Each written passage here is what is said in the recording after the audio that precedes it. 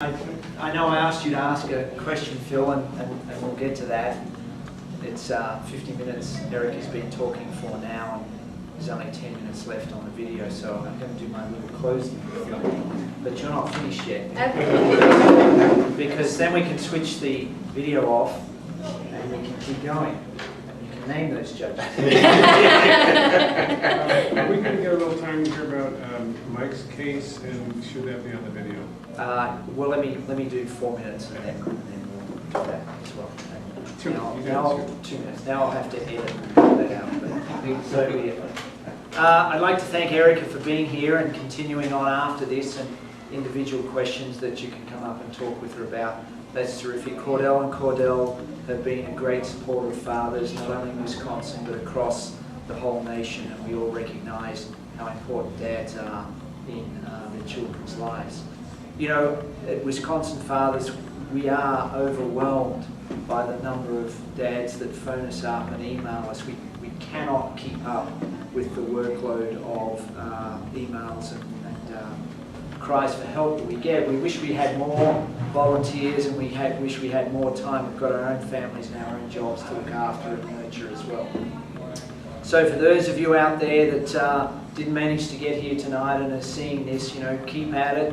All I'll say is you've got to engage and join in with us. You've got to turn up to the Father's Nights Out. You've got to come to these general meetings. You've got to ask the questions. You've got to write letters to legislators. You know, I know a lot of fathers out there, they put more effort into their tax return than they do into their parenting plan. They put more effort into what, you know, whether they pay their credit card bill off in full this month than they do writing to their legislators and telling them that, you know, today, if we want our daughters to have truly equal placement in the workplace, equal pay in the workplace, then we've got to teach our daughters equal placement in the home place. That's their formidable learning years.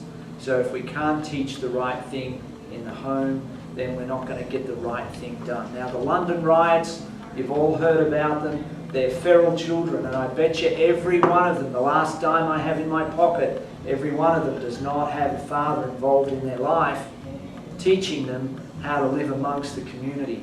That's what you get in our society if you keep ruling fathers out of children's lives. So get involved, come to the meetings, write to your legislators, you know, make it happen. It's not me that's going to make it happen. It's not people in this room that's going to make it happen. It's all the fathers out there that are emailing us and phoning us saying, what about me? Yes, you're right. You need to do things, but you also need to do things with your legislators, with your county people.